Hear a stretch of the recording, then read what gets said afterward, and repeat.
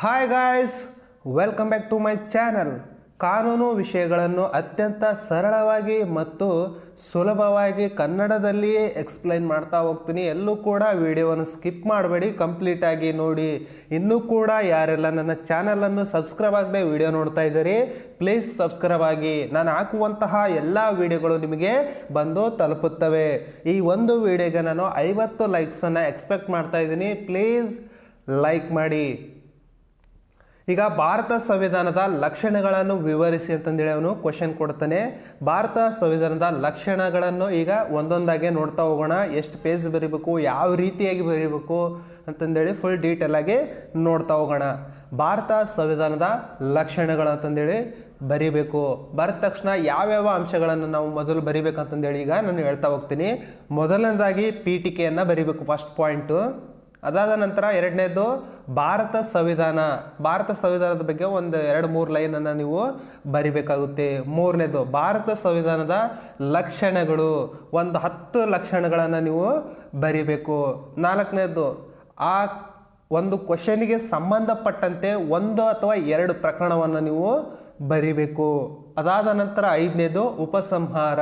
ಈ ಕ್ವಶನ್ ಬಗ್ಗೆ ನಿಮಗೆ ಏನು ಅನಿಸ್ತದ, ನೀವು 10 ಲಕ್ಷಣಗಳನ್ನು ಬರೆದಿರಿ. ಆ ಲಕ್ಷಣಗಳನ್ನು ಬರೆದಾದ ನಂತರ ಅದರಿಂದ ಏನು ಅನಿಸ್ತದ ಆ ಒಂದು ಪಾಯಿಂಟನ್ನು ನೀವು ಇಲ್ಲಿ ಉಪಸಂಹಾರದಲ್ಲಿ 2-3 ಲೈನನ್ನು ನೀವು ಉಪಸಂಹಾರದಲ್ಲಿ ಬರಿಬೇಕು. ಈ ರೀತಿಯಾಗಿ ಬರೆದ್ರೆ ನಿಮಗೆ ಒಳ್ಳೆಯ ಅಂಕಗಳನ್ನು ಅವರು ಕೊಡ್ತಾರೆ. ಈಗ 80-20 ಪ್ಯಾಟರ್ನ್ ಇಲ್ಲ, ಆದ್ದರಿಂದ 100 ಮಾರ್ಕ್ಸ್ ಪ್ಯಾಟರ್ನ್ ಇರೋದ್ರಿಂದ ನಿಮಗೆ 16 ಮಾರ್ಕ್ಸ್ಗೆ ಮಿನಿಮಮ್ 5-6 ಪೇಜನ್ನು ನೀವು ಬರೀಲೇಬೇಕು. 6 ಪೇಜ್ ಬರೆದ್ರೆ ಮಾತ್ರ ನಿಮಗೆ ಒಳ್ಳೆಯ ಅಂಕಗಳನ್ನು ಅವರು ನೀಡ್ತಾರೆ.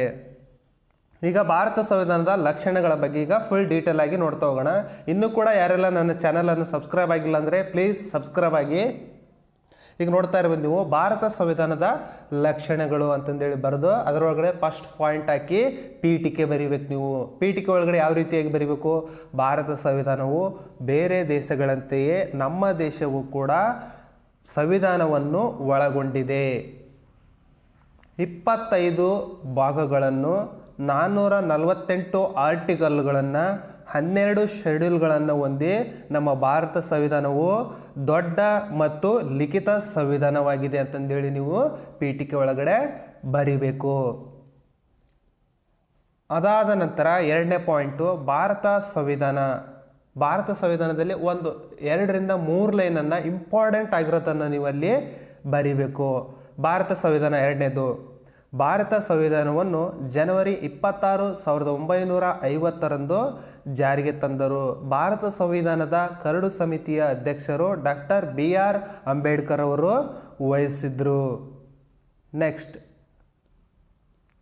ಈಗ ಭಾರತ ಸಂವಿಧಾನದ ಲಕ್ಷಣಗಳು 3ನೇ ಪಾಯಿಂಟು. ಅದರೊಳಗಡೆ ಒಂದು 10 ಲಕ್ಷಣಗಳನ್ನು ನಾವೀಗ ನೋಡ್ತಾ ಹೋಗೋಣ. ಅದರಲ್ಲಿ 1ನೇದು ಬೃಹತ್ ಸಂವಿಧಾನ. ನಮ್ಮ ಭಾರತ ಸಂವಿಧಾನವು ಬೃಹತ್ ಸಂವಿಧಾನವಾಗಿದೆ. ಯಾಕಂದರೆ ನಮ್ಮ ಭಾರತ ಸಂವಿಧಾನದಲ್ಲಿ 25 ಭಾಗಗಳಿದ್ದು, 448 ಆರ್ಟಿಕಲ್ಗಳಿದ್ದು, 12 ಶೆಡ್ಯೂಲ್ಗಳನ್ನು ಹೊಂದಿ ನಮ್ಮ ಭಾರತ ಸಂವಿಧಾನವು ಬೃಹತ್ ಸಂವಿಧಾನವಾಗಿದೆ. ಸೆಕೆಂಡ್ ಒನ್ ಲಿಖಿತ ಸಂವಿಧಾನ. ನಮ್ಮ ಭಾರತ ಸಂವಿಧಾನವನ್ನು ಲಿಖಿತ ರೂಪದಲ್ಲಿ ಅಂದರೆ ಬರವಣಿಗೆಯ ಮುಖಾಂತರ ನಮ್ಮ ಭಾರತ ಸಂವಿಧಾನವನ್ನು ಬರೆದಿದ್ದಾರೆ. 3ನೇದು ನಮ್ಯ ಮತ್ತು ಅನಮ್ಯ ಸಂವಿಧಾನ. ನಮ್ಯ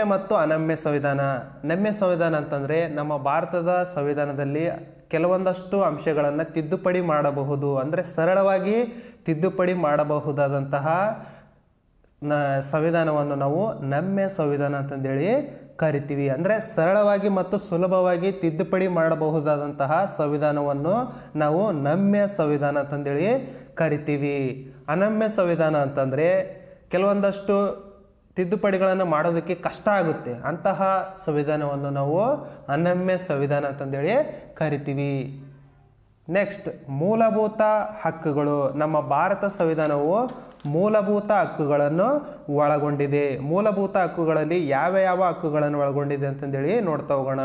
ಮೂಲಭೂತ ಹಕ್ಕುಗಳಲ್ಲಿ ಸಮಾನತೆಯ ಹಕ್ಕು, ಸ್ವಾತಂತ್ರ್ಯದ ಹಕ್ಕು, ಶೋಷಣೆಯ ವಿರುದ್ಧದ ಹಕ್ಕು, ಧಾರ್ಮಿಕ ಸ್ವಾತಂತ್ರ್ಯದ ಹಕ್ಕು, ಸಾಂಸ್ಕೃತಿಕ ಮತ್ತು ಶೈಕ್ಷಣಿಕ ಹಕ್ಕು, ಸಂವಿಧಾನಿಕ ಪರಿಹಾರದ ಹಕ್ಕು, ಶೈಕ್ಷಣಿಕ ಹಕ್ಕು, ಈ ರೀತಿಯಾಗಿ 7 ಮೂಲಭೂತ ಹಕ್ಕುಗಳನ್ನು ಒಳಗೊಂಡಿದೆ.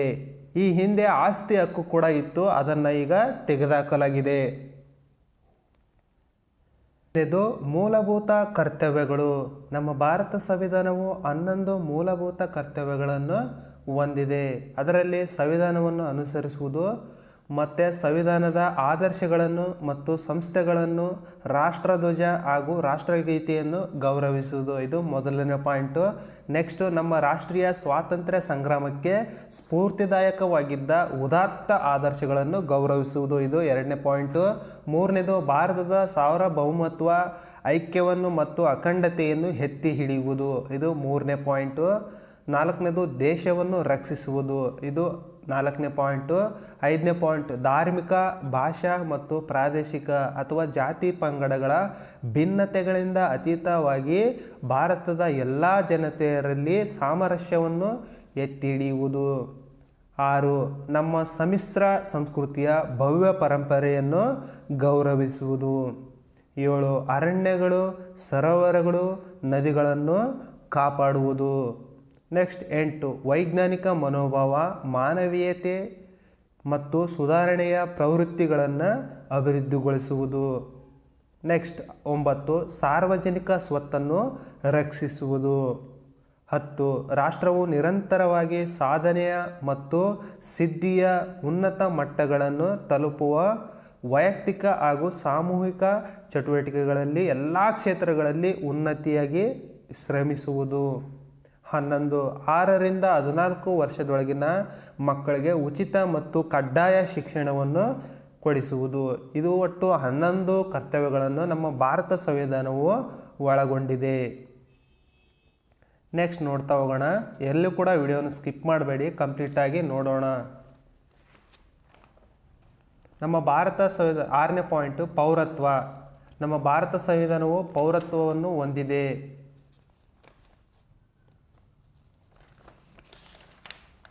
ಪೌರತ್ವದಲ್ಲಿ ಭಾರತದಲ್ಲಿ ಏಕಪೌರತ್ವವನ್ನು ಒಳಗೊಂಡಿದ್ದೇವೆ. ಭಾರತದಲ್ಲಿ ಏಕಪೌರತ್ವವನ್ನು ಒಳಗೊಂಡಿದೆ. ಅಮೇರಿಕದಲ್ಲಿ ದ್ವಿಪೌರತ್ವ ಇದೆ, ಅಂದರೆ ಕೇಂದ್ರಕ್ಕೆ 1 ಪೌರತ್ವ, ರಾಜ್ಯಕ್ಕೆ 1 ಪೌರತ್ವ ಅಂತಂದೇಳಿ ನಮ್ಮ ಭಾರತ ಸರ್ಕಾರವು ಪೌರತ್ವವನ್ನು ಹೊಂದಿದೆ. ಅದಾದ ನಂತರ 7ನೇದು 3 ಹಂತದ ಸರ್ಕಾರಗಳು. ನಮ್ಮ ಭಾರತ ಸಂವಿಧಾನದಲ್ಲಿ 3 ಹಂತದ ಸರ್ಕಾರಗಳನ್ನು ನಾವು ಕಾಣಬಹುದು. ಯಾವ್ಯಾವಪ್ಪ ಅಂತಂದರೆ ಕೇಂದ್ರ ಸರ್ಕಾರ, ರಾಜ್ಯ ಸರ್ಕಾರ, ಅದೇ ರೀತಿಯಾಗಿ ಸ್ಥಳೀಯ ಸರ್ಕಾರ. ಸ್ಥಳೀಯ ಸರ್ಕಾರಗಳಲ್ಲಿ ಮುನಿಸಿಪಲ್ ಮತ್ತು ಪಂಚಾಯತ್ಗಳು ಬರ್ತವೆ. ಅದಾದ ನಂತರ 8ನೇದು ತುರ್ತು ಪರಿಸ್ಥಿತಿಗಳು.